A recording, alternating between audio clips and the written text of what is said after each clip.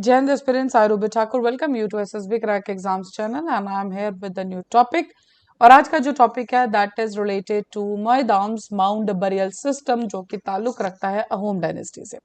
तो चलिए जानेंगे आज के पूरे वीडियो लेक्चर में कि ये जो पर्टिकुलर जगह है ये क्यों हमारी न्यूज में आई। तो आप जानते हैं हाल ही में 46th session of world heritage committee हुई जिसके अंदर पहली बार इंडिया ने इसको ऑर्गेनाइज किया। तो उसी के अंदर जो कमेटी है वो एग्जामिन करेगी 27 नॉमिनेशंस को, जिसके अंदर 19 कल्चरल, 4 नेचुरल, 2 मिक्स साइट्स है डन। एंड इसी के बीच में भारत की जो एक साइट जिसका नाम है मोयदाम्स माउंट बरियल सिस्टम, जो कि मैंने आपको बताया बरियल सिस्टम एक अहोम डायनेस्टी जो कि असम वाले रीजन से बिलोंग करती थी, उसी की एक प्रॉपर्टी। तो और इसको जो एग्जामिन किया जाएगा that is under the cultural property. अब इसका अगर हम हिस्टोरिकल बैकग्राउंड जाने तो ताई अहोम एक क्लैन जिसको हम एक ग्रुप कह सकते हैं, ये माइग्रेट हुआ था चाइना से। और जब ये माइग्रेट हुआ चाइना से तो उसी बीच इन्होंने मल्टीपल जहां जहां हमारा ब्रह्मपुत्र रिवर वैली सिस्टम है उसी के दौरान इन्होंने कैपिटल्स एस्टैब्लिश शुरू कर दी। एंड ये बात है 12th और 18th सेंचुरी के बीच में। बात करें कि इस किंगडम को जो एस्टैब्लिश किया गया था that was the Chaolung Sukaphaa डन। एंड बिकॉज ऑफ को चाइना से ये माइग्रेट हुए थे तो नाम उसी हिसाब से रखे गए थे। एंड इन्हीं सब जब ये मल्टीपल कैपिटल्स एस्टैब्लिश करे थे उसी के बीच में नाम आता है चोराई देव का, जहां पे ताई अहोम्स ने अपना पहला कैपिटल अंडर चौलंग स्यूकाफा के अंडर जो पतकाई हिल्स हैं उसी के पास फुट हिल्स पे ये जगह है वहां पे एस्टैब्लिश की थी डन। एंड इस पर्टिकुलर साइट को जो हम बात करें जो हमारी ये चोराई देव साइट है इसको हम चेराई दोई या चेताम दोई इन दो नाम से जानते हैं ना। इस पर्टिकुलर साइट की जो एक बहुत बड़ी आप ये कह सकते हैं जो बिलीफ सिस्टम है, एक स्पिरिचुअल बिलीफ सिस्टम है ताई अहोम्स का, उनका ये कहना होता है ये बरियल ग्राउंड है डन। अब बरियल ग्राउंड का कहना यह है कि जो भी हमारी जो डिपार्टेड सोल्स है जो ताई होम रॉयल्स है जो किंग्स है, बिकॉज उनका एक थॉट प्रोसेस था जो किंग है उनके दे आर डिवाइन। तो यस उनका जो बरियल होता था हम आगे बात करेंगे कि it was not a normal burial, हालांकि दिस इज द मिक्सचर, ठीक है, बिकॉज बुद्धिज्म वो वैसे करते थे। अगर आप ये बरियल देखोगे so that is related to somewhat Hinduism का एक थॉट प्रोसेस इसमें आता है, आफ्टर लाइफ के ऊपर वो जानते हैं।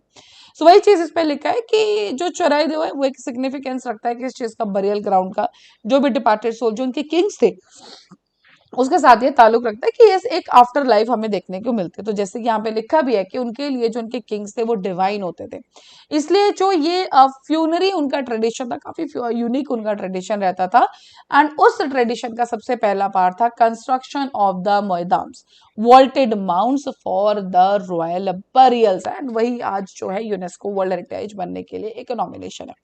और ये जो ट्रेडिशन है ये आज का नहीं, ये 600 साल पुराना ट्रेडिशन है। इसकी जो मटेरियल है इसको बनाने की वो जरूर बदला, पहले वुड था फिर स्टोन आया एंड फाइनली हमें बर्न्ट ब्रिक से इसको बना हुआ देखने को हमें जरूर मिलता है।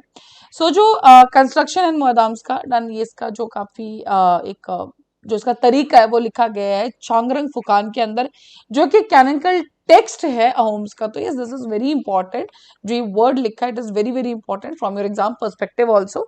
तो ये कैनोनिकल टेक्स्ट है जो कि अहोम्स से के थ्रू है।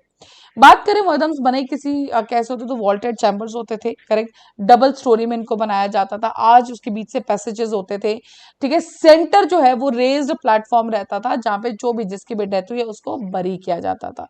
और उसी के साथ काफी रॉयल आइटम्स रखी जाती थी जैसे कि weapons, personal belongings, objects made of wood, ivory, iron, gold, pendant, ceramic ware, weapons, clothes, इन सब चीजों को रखा जाता था। And the reason was this कि ये इसके बाद आफ्टर लाइफ है तो उनको कोई भी आगे प्रॉब्लम ना हो, इसलिए सारी जरूरत की चीजें उसमें डाली जाती थी। ये जो माउंट्स है जैसे कि मैंने आपको बताया डिफरेंट लेयर्स में इसको बनाया जाता था, ब्रिक्स होती थी, अर्थ है, वेजिटेशन है, फिर लैंड्स बीच में इसी जब ये डिफरेंट लेयर्स बनती थी इसीलिए क्या होता था वो जो एक सेंटर एरिया है वो एक हिलॉक की तरह बन जाता था done. So yes this was the whole related to this. अब एक कल्चरल सिग्निफिकेंस की बात करें तो कहीं ना कहीं ये फ्यूनरी लैंडस्केप जो है ये एक बिलीफ दिखाता है लाइफ, डेथ और आफ्टर लाइफ की डन। तो कल्चरल आइडेंटिटी एक होम डायनेस्टी तो जरूर है। सिमिलरली एक शिफ्ट है बुद्धिज्म और हिंदुइज्म की तरफ की, किस हिसाब से वहां पे चीजें फॉलो की जाती थी। जो मोयदाम्स है और जो पर्टिकुलरली हालांकि ये और जगहों पे भी आपको मिलेंगे बट ये जो चौराई देव के मोयदाम्स है they are the largest and सबसे ज्यादा इंपॉर्टेंट क्लस्टर है ये done. So that is why this particular, क्योंकि जो ग्रैंड रॉयल बरियल प्रैक्टिसेस है मैक्सिमम हमें यहाँ पे देखने को मिलती है क्योंकि पहली कैपिटल भी थी डन। और दिस इज द रीजन जो अब फाइनली नॉमिनेटेड तो है ये, तो yes now the decision will be on this कि ये वर्ल्ड हेरिटेज साइट बनती है या नहीं बनती है। कंजर्वेशन एफर्ट्स की बात करें तो ऑफ कोर्स आपको पता है it's not about the Charaideo moidams की बात नहीं है, कोई भी हमारी हेरिटेज साइट्स है उनको वेंडलिज्म से जरूर निकलना पड़ा है, ट्रेजरी सीकर्स, इन सब चीजों की वजह से। बट यस एक जो कंजर्वेशन एफर्ट्स है वो of course that is by the archaeological survey of India जरूर इस पे हमेशा करती है।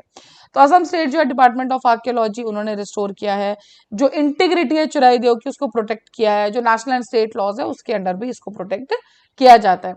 लेकिन क्या इस तरह की प्रॉपर्टीज हमें वर्ल्ड वाइड कहीं और देखने को मिलती है? तो जरूर, जैसे हमें मोइदम्स ऑफ चुराइदेव और ये चाइना से आए थे, तो कहीं ना कहीं कुछ कंपैरिजन हमें चाइना के जो रॉयल टॉम्स है उसमें देखने को मिलता है, इजिप्ट के जो पिरामिड्स ऑफ द फेराउस उसमें हमें देखने को मिलता है। डन। सो ये ऐसा नहीं है कि here also, but yes India के अंदर ये जरूर बहुत ज्यादा सिग्निफिकेंट है। सो बात करें तायोम कल्चरल रीजन की, तो ये साउथ ईस्ट एशिया में, नॉर्थ ईस्ट इंडिया तक ये पहुंचा हुआ है, and yes no doubt for the architecture cultural significance के लिए yes it is very important for us. So that was all for the Moidam. so basically आप ये समझ सकते हैं, अगर एक नॉर्मल लेमन लैंग्वेज में इसमें लास्ट में इसको कंक्लूड करें, सो यस अहोम जो डायनेस्टी थी उसमें जो लोग थे, जो कॉमन लोग थे, जो जनता थी, उनके लिए उनके राजा थे बहुत ज्यादा ही डिवाइन, एंड इसलिए उनका जो बरियल, उनके डेथ के बाद जो उनका बरियल रहता था that was very royal done. तो उसके अंदर काफी चीजें देखी जाती थी। So yes for this particular region only nomination के लिए तो भेजा गया है। Now let's see what will be the next step. So that's all for this particular topic. Now on your screen we are having the courses for the SSB interview. हर महीने हमारे batches बैठते हैं, साथ ही we are having the courses for NDA CDS FCAT. We can enroll in this particular courses, and जब भी आप enroll करो उस टाइम पे discount code as the warrior 10, and जैसे आप इस कोड को अप्लाई करिए you'll be getting the 10% off on that particular course. So that's all for the day. Thank you so much for watching this video lecture. जय हिंद, जय भारत। अगर आप एक डिफेंस एस्पिरेंट हैं और SSB interview, NDA, CDS, AFCAT जैसे exams के लिए प्रिपेयर कर रहे हैं, तो आप एसएसबी क्रैक एग्जाम्स के कोर्स को चेक करना ना भूलें। आप हमारी लर्निंग एप्लीकेशन को गूगल प्ले स्टोर से भी डाउनलोड कर सकते हैं।